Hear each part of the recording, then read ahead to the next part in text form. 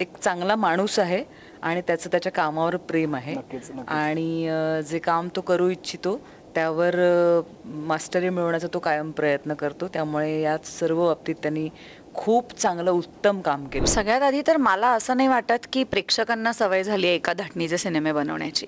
असं नाही आहे आणि असं आधीही नव्हतं आणि आताही नाही आहे आणि ते कधीही होणार नाही. 100% तुम्हाला बघून थंडी, मी एअर कंडिशनचं नाही म्हणत, थंडी वाजणारच. See because it's a psychological thing, no senses. तर इतका अनुभव चांगला देणारा हा सिनेमा आहे. सचितने नरेशन दिलं होतं चित्रपटाचं आणि त्यानंतर मी त्याच्याकडे विचार करायला वेळ मागितला होता आणि मग फायनली मी सगळ्यात लास्ट या चित्रपटात इन झालेले कलाकार आहे.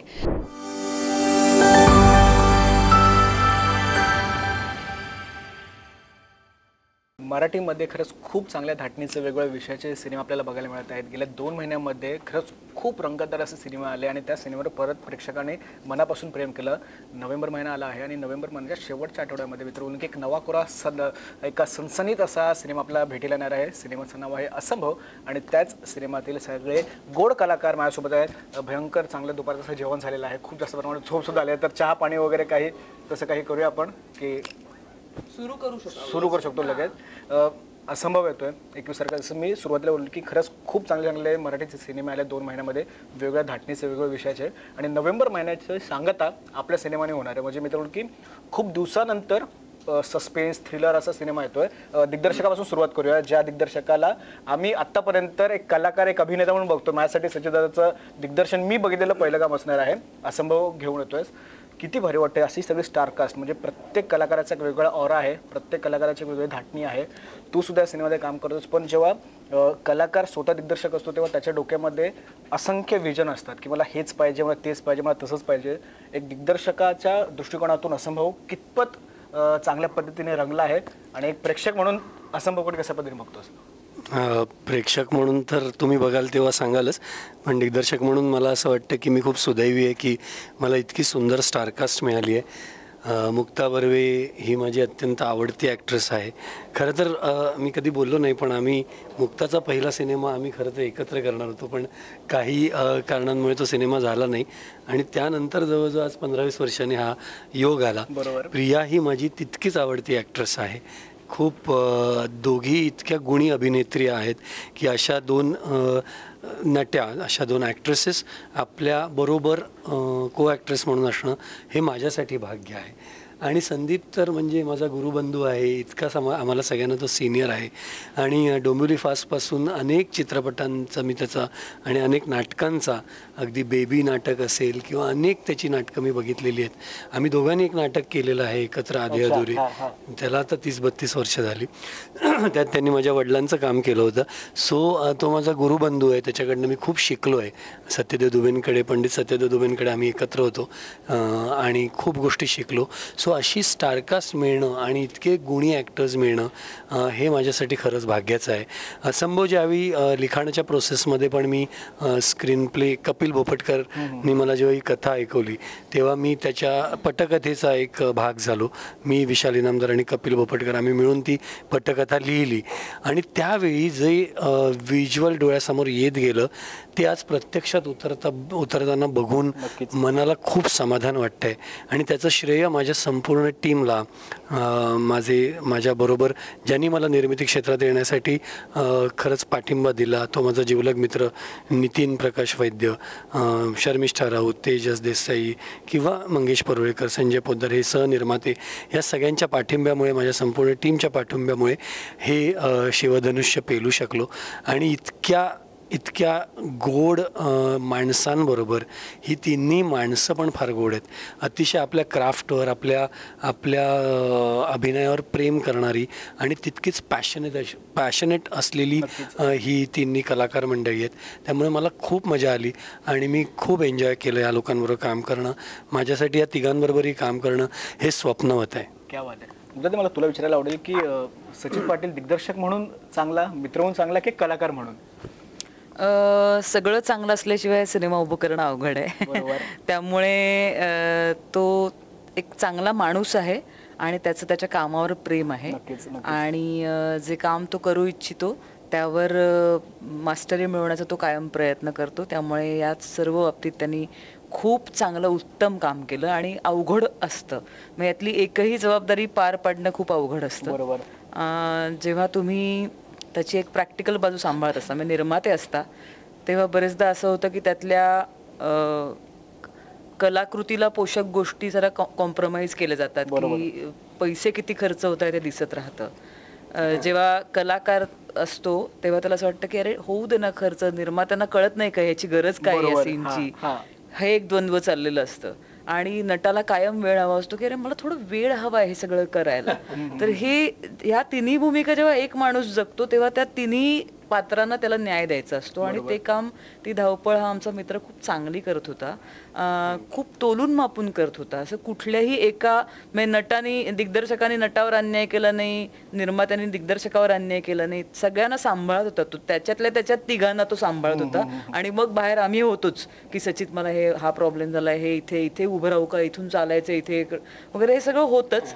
पण रोज नवीन काहीतरी एक चॅलेंज त्याच्यासमोर उभं ठाकत होतं आणि तो तितक्याच धीरानी आणि हसऱ्या चेहऱ्याने सामोरा जात होता.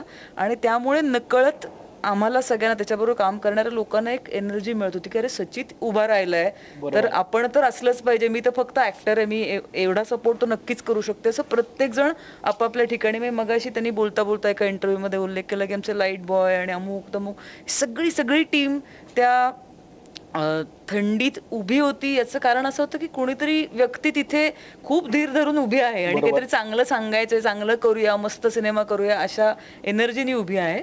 आणि ती एनर्जी स्प्रेड होते. तर सचितची ती एनर्जी सगळीकडे पसरली अख्ख्या प्रोजेक्टवर. ती आजपर्यंत आणि याच्या पुढेही राहील. नक्कीच. प्रिया, मला तर असं वाटतं की ऑर्किडमध्ये होणारे सगळे चित्रपट आपले हाऊसफुल होतातच, कारण का ह्याच्या आधीचा बाजूच्या हॉलमध्ये झालेला ऑर्किडचा आणि आता इकडे आलाय असंभव घेऊन येत आहे परत. म्हणजे मित्रांनो की तुम्ही दोघी एकूणच, जर मी चुकत नसेल तर 8 ते 6 वर्षानंतर दोघी सोबत येते, आम्ही दोघी नंतर.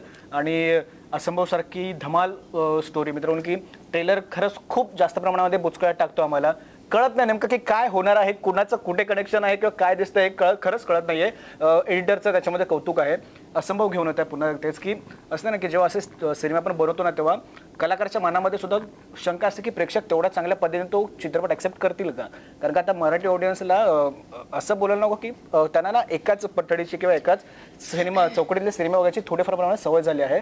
आपण आता असे विषय घेऊन येतोय जे आधी असे विषय होत होते, आत्ता खूप दुसऱ्यांतर असा विषय येतोय. काय मनामध्ये एक कलाकार म्हणून किती एक दोनदा असते की आपण तर काम केलंय 101%, आता ते प्रेक्षकांच्या समोर आपल्याला ठेवायचं आहे, काय सांगशील? सगळ्यात आधी तर मला असं नाही वाटत की प्रेक्षकांना सवय झाली आहे एका धाटणीचे सिनेमे बनवण्याची. असं नाही आहे आणि असं आधीही नव्हतं आणि आताही नाही आहे आणि ते कधीही होणार नाही. कारण प्रेक्षकाला जसं कलाकारांना काहीतरी नवं करायचं असतं तसं प्रेक्षकालाही प्रत्येक वेळेला काहीतरी नवं बघायचं असतं. त्यांनाही तुम्ही जे करत आलात ते करत राहिलात तर तेच म्हणणार की हे काय आम्ही पाहिलंय, तुम्ही तेच काय करता. सो मला असं वाटतं की कधी कधी लाटे आणि प्रवाहाबरोबर जाण्याचा एक काळ प्रत्येक इंडस्ट्री बघते. तसं मराठी इंडस्ट्रीने मधला काळ एक बघितला जेव्हा एका धाटणीचे एका प्रकारे एका लाटेतने जाणारे चित्रपट आले.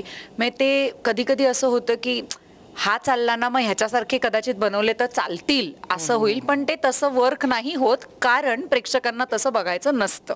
प्रेक्षकांना चांगली गोष्ट बघायची असते, प्रेक्षकांना चांगले कलाकार बघायचे असतात आणि प्रेक्षकांना तुम्ही नवं काहीतरी द्यायला हवं असतं.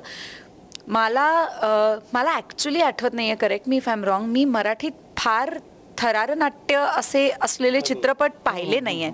सो मुळात हा जॉनरच आपण खूप कमी एक्सप्लोअर करतो. बरोबर. तर त्यातून जर तुम्ही असं काहीतरी कलाकारांना प्रेक्षकांना देता आहात, इतक्या उत्तम टीमची साथ त्याला आहे, इतके उत्तम कलाकार आहेत ज्याला आपण एक चांगलं पॅकेज असं म्हणतो की मी चित्रपटगृहामध्ये नाटक करत असल्यामुळे प्रमोशन सुरू आहे, प्रमोशन झालं आहे. आम्ही सगळे मी चित्रपटगृहामध्ये तिकीट काढून हा चित्रपट का पाहावा ह्याचं कारण तुम्ही मला ट्रेलरमध्ये दाखवणं गरजेचं असतं. आणि जे या चित्रपटाच्या ट्रेलरमध्ये तुम्हाला दिसतं, उत्सुकता ताणली जाते, कुतूहल तयार होतं, उत्तम सिनेमॅटोग्राफी दिसते, त्यानंतर त्या जॉनरबद्दल काहीतरी तुम्हाला एक क्युरिओसिटी वाटत राहते आणि उत्तम कलाकारांची फळी तुम्हाला दिसते, चांगलं व्हिज्युअल्स दिसतात.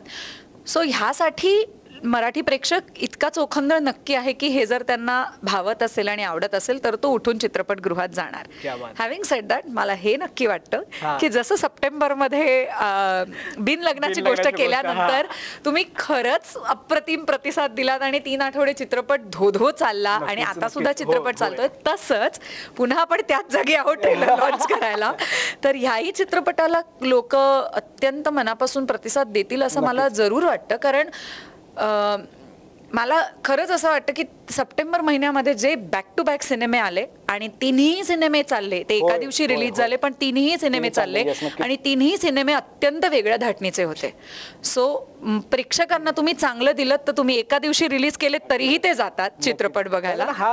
ही ना शंका असते मनामध्ये खूप वेळा की एकाच दिवशी का मराठी सिनेमे रिलीज होतात. कारण का हिंदीमध्ये असे होत नाही क्वचित, पण आपल्यामध्ये मराठी इंडस्ट्रीमध्ये तसं होतं की एकाच दिवशी 3 आले ना की सुद्धा कुठे बघायला जाऊ, हा बघायला जाऊ की हा जाऊ. पण सप्टेंबर महिन्यामध्ये तसं नाही झालं. Exactly. जसं तू बोलस की सगळे सिनेमे तेवढा चांगल्या पद्धतीने चालले. असं खरंच हे कौतुकास्पद गोष्ट आहे, असं बोलायला काय हरकत नाही. नाही माझं म्हणणं आहे हे आहे कारण चित्रपट वेगळ्या धाटणीचे होते बरोबर. जे प्रेक्षकांना बघायचे असतात आणि तसाच हा चित्रपट आहे म्हणून प्रेक्षक जातील. नक्कीच नक्कीच नक्कीच. संदीप सर, सगळ्यांपेक्षा तरुण असे संदीप सर, सगळ्यांना मागे टाकणारे असे सर, असंभव येतोय. ट्रेलरमध्ये सुद्धा बघितलंय की जे काही घडतं त्या सगळ्या गोष्टीवर तुम्ही एक बोलतो ना एक वाटाड्या म्हणून तुम्ही काम करताना असं आम्हाला ट्रेलरमधून दिसत आहे की कुठेतरी काहीतरी घडते पण आपण त्याचा सुगावा लावूया असं आहे. कदाचित सिनेमा बघितल्यावर असं नसेल, ते सुद्धा आम्हाला कळेल सिनेमा बघितल्यानंतर. काय सांगाल, किती सगळं झालंय, जुळून आलं असं पण ही संपूर्ण स्टारकास्ट, काय सांगाल? पहिली गोष्ट तू मगाशी म्हणालास ना की हे एडिटरचं कौशल्य आहे. पहिली गोष्ट, एडिटरला खाद्य नाही मिळालं, ते व्हिज्युअल्स नाही मिळाले किंवा तेवढे इमोशन्स नाही मिळालं तर ट्रेलर चांगला करता येत नाही. बरोबर. आणि हे सगळं या सिनेमामध्ये आहे. अप्रतिम व्हिज्युअल्स, अप्रतिम इमोशन्स, सगळ्या रेंज ऑफ आपण इमोशन्स बरोबर ते सगळं आहे फिल्म. म्हणून ट्रेलर उत्तम, कट पण ऑब्व्हियसली एडिटर चांगलाच आहे. सध्या माझा जो अभ्यास, कारण मी ॲडव्हर्टायझिंगमध्ये होतो त्यामुळे मला एक साधारण सायकोलॉजी हे करण्याची मला आधीपासून सवय आहे. ते सेकंड हँड. कोविड नंतर ना लोकांना अनुभव पाहिजे, नुसती गोष्ट नको आहे. म्हणून लोक खूप विकेंडला पण बाहेर जातात. लोक तो एक सडनली एक लक्षात आलं ना की आयुष्यात काही होऊ शकतं. हो हो. त्यामुळे मग लोकांना असं वाटतं की जो वेळ आहे, जो काळ आहे, त्याच्यामध्ये वेगवेगळे अनुभव घ्यावे. नक्कीच. मग सिनेमामध्ये अनुभव पाहिजे. थिएटरमध्ये जर तुम्हाला आणायचं असेल तर अनुभव पाहिजे. आणि हे सगळं तुम्हाला म्हणजे मोठं 100% तुम्हाला बघून थंडी, मी एअर कंडिशनचं नाही म्हणत, थंडी वाजणारच. See, because it's a psychological thing, no senses. बरोबर. तर इतका अनुभव चांगला देणारा हा सिनेमा आहे. म्हणजे गोष्ट रोलर कोस्टर तर आहेच आहे, पण अनुभव देणारा, वेगवेगळ्या लेयर्सवरती तो काम करणारा असा सिनेमा आहे. आणि म्हणूनच मी म्हटलं, आणि हे स्क्रिप्टमध्ये पण दिसत होतं आणि सचितनी फार उत्तम टीम जमून सगळं, म्हणजे ॲक्टर्सपासून ते टेक्निशियन्सपासून ते सार्थकी किंवा ते वास्तवात आणलं.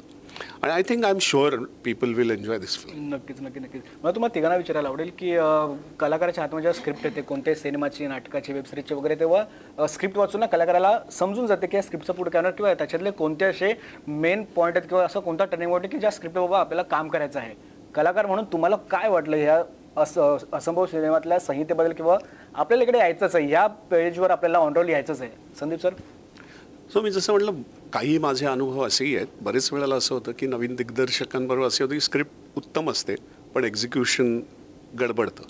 कारण फायनली ते असतं, ते कल्मिनेशन पॉईंट असतो. पण ऑब्व्हियसली स्क्रिप्ट हा पाया हे आहे. पण मी जसं म्हटलं तसं सचितनी सगळ्या एरियाजची काळजी घेतल्यामुळे, आणि मगाशीच जसं म्हटलं की हे फार सोपं नाही आहे एवढ्या फॅकल्टीजमध्ये एक माणसाने काम करणं. माझ्यासाठी खरंच हा टेकअवे आहे की एवढं लेवल हेडेडनी काम करणं आणि सगळ्या जस्टिफाय करणं एरियाज, हे सचितनी केलेलं आहे. So which is a very good हे अचिव्हमेंट. नक्कीच नक्की. प्रिया. मला कळलं नाही, स्क्रिप्ट मधला कुठला असा टर्निंग पॉईंट वाटला किंवा असं कोणता तुला एक असतं ना किंवा एक स्पार्क वाटला किंवा ह्याच्यामुळे काम करायचंच आहे? यस, या स्क्रिप्टवर काम करायचं का ह्याच्यामुळे मला चित्रपट करायचा? हा ओके. सो मला कळलं नाही स्क्रिप्टवर काय काम करू मी. ओके. सो माझ्यासाठी 2-3 गोष्टी आहेत का हा चित्रपट करायचा. तर मी आधीच्याही इंटरव्ह्यूमध्ये म्हटलं, मला सचितने नरेशन दिलं होतं चित्रपटाचं आणि त्यानंतर मी त्याच्याकडे विचार करायला वेळ मागितला होता आणि मग फायनली मी सगळ्यात लास्ट या चित्रपटात इन झालेले कलाकार आहे. तर मला असं वाटतं की कलाकार म्हणून आपण काय विचार करत असतो की आपण आधी काय केलंय, आपल्याला काय करायला मिळतंय. सो प्रत्येक वेळेला तुम्ही काहीतरी वेगळं करण्याची एक हावरटपणा कलाकारामध्ये असतो आणि तो आजन्म असायलाच पाहिजे. ते मला असं वाटतं की फक्त माझ्याच पात्राच्या बाबतीत नाही, जे मी मगाच्या इंटरव्ह्यूमध्ये म्हटलं की ते प्रत्येक पात्राच्या बाबतीत आहे. सो का मला हा सिनेमा करावासा वाटला, कारण तुम्ही आमच्यापैकी कोणालाच असं काम करताना, ह्या प्रकारची पात्र करताना आधी पाहिलेलं नाही आहे. आणि त्याच्यामुळे प्रत्येक कलाकाराच्या वाटेला जो एक ग्राफ आलाय, जो एक प्रवास आलाय पात्रांचा, तो खूप जास्त इंटरेस्टिंग होता. आणि त्याच्यासाठी हा सिनेमा करावा असं माझं पहिलं मत झालं. आणि मग ऑफकोर्स टीम खूप छान होती. सचित बरोबर पहिल्यांदाच काम करायला मिळणार होतं, दिग्दर्शक म्हणून सुद्धा आणि सहकलाकार म्हणून सुद्धा. आणि माझी मुक्ता होती. आम्ही दोघी होतो, तर आम्ही दोघी असणार होतो. म्हणून मग या सगळ्या एकत्रित कारणांमुळे मला असं वाटलं की ही संधी आपण सोडूया नको. आणि जर एखाद्या कलाकाराला अशी जर संधी मिळाली तर आपल्याला त्याच्यात जितका जीव ओतता येईल तितका आपण जीव ओतून आपण त्याचं सोनं करावं, जेणेकरून लोकांनाही पात्र आणि त्यांचे प्रवास लक्षात राहतील. माझ्यासाठी सोपं आहे उत्तराचं. मला ही गोष्ट जेव्हा ऐकली तेव्हा त्या क्षणी मला असं वाटलं की हा सिनेमा मला प्रेक्षक म्हणून बघायला आवडेल. क्या बात आहे. आणि जी गोष्ट मला बघायला आवडेल त्यात जर काम करायची संधी मिळत असेल तर कोण सोडेल. बरोबर. सो मला अत्यंत मनोरंजक आणि काहीतरी चांगलं प्रॉमिस असलेला सिनेमा आहे असं वाटलं. आणि कागदावरची गोष्ट जेवढी मनोरंजक होती त्यापेक्षा ती जेव्हा समोर उभी राहिली, सगळ्या बाजू सर्व अंगाने ती 3D 4D झाली, तेव्हा ती आणखीन सुंदर पद्धतीने सादर झाली. आणि बरं झालं मी फक्त प्रेक्षकाच्या रूपात नाही राहिले, मी त्यात काम करू शकले असं मला वाटलं. नाही, खरंच खूप भारी वाटतं. मला एक शेवटचा प्रश्न घ्यायला आवडेल दिग्दर्शकाकडून, कारण दरवेळेला कलाकार सिनेमातले अपील करतात की सिनेमा का पाहावा. सचिन दादा दिग्दर्शक, त्याच्यानंतर कलाकार, खरंच खूप जसं मुक्ताताई बोलले, संदीप सर बोलले, प्रिया सुद्धा बोलले की तिन्ही गोष्टी खरंच खूप चांगल्या पद्धतीने हाताळल्या आहेत आणि त्या आम्हाला ट्रेलरवरून दिसत सुद्धा आहेत. जाताना प्रेक्षकांना काय अपील करशील की यायचं तर फक्त सिनेमागृहातच, बाकी कुठेच नाही? प्रेक्षकांना मी एवढंच सांगेन की आत्ताच मुक्ता, प्रिया, संदीप सगळ्यांनीच सांगितलं की जेव्हा एखादा भव्य सिनेमा येतो, जेव्हा एखादी अशी संहिता येते की जी प्रेक्षकांना एक, जसं संदीप म्हणाला की एक विलक्षण अनुभव देणारी जेव्हा फिल्म आपल्याकडे येते, तेव्हा मराठी प्रेक्षक इतके जाणकार आहेत आणि इतके रसिक आहेत की ते चित्रपटगृहात जाऊन चित्रपट नक्की पाहतात. सो त्यांना मी इतकंच सांगेन की तुम्ही असंभव 21 नोव्हेंबरला जेव्हा चित्रपटगृहात जाऊन बघाल तेव्हा एक थरारक अनुभव देणारा हा चित्रपट असेल, एक व्हिज्युअल ट्रीट देणारा हा चित्रपट असेल. इतक्या चांगल्या दिग्गज अभिनेत्यांना, जी तुमची मुक्ता बर्वे असेल, प्रिया बापट असेल, संदीप कुलकर्णी असेल, अजून काही हिंदी ॲक्टर्स पण आहेत, ही सगळी मंडळी यांनी जीव ओतून काम केलेलं आहे. इतके सुंदर परफॉर्मन्स एकाच सिनेमामध्ये बघायला मिळणं, म्हणजे मुक्ताचे 2 परफॉर्मन्सेस, प्रियाचा एक परफॉर्मन्स आणि एक मी बोलू शकत नाही आहे पण एक असं कमालीचं रहस्य या सिनेमात दडलं आहे की जे एक वेगळा चर्चेचा विषय होईल 21 नोव्हेंबरपासनं.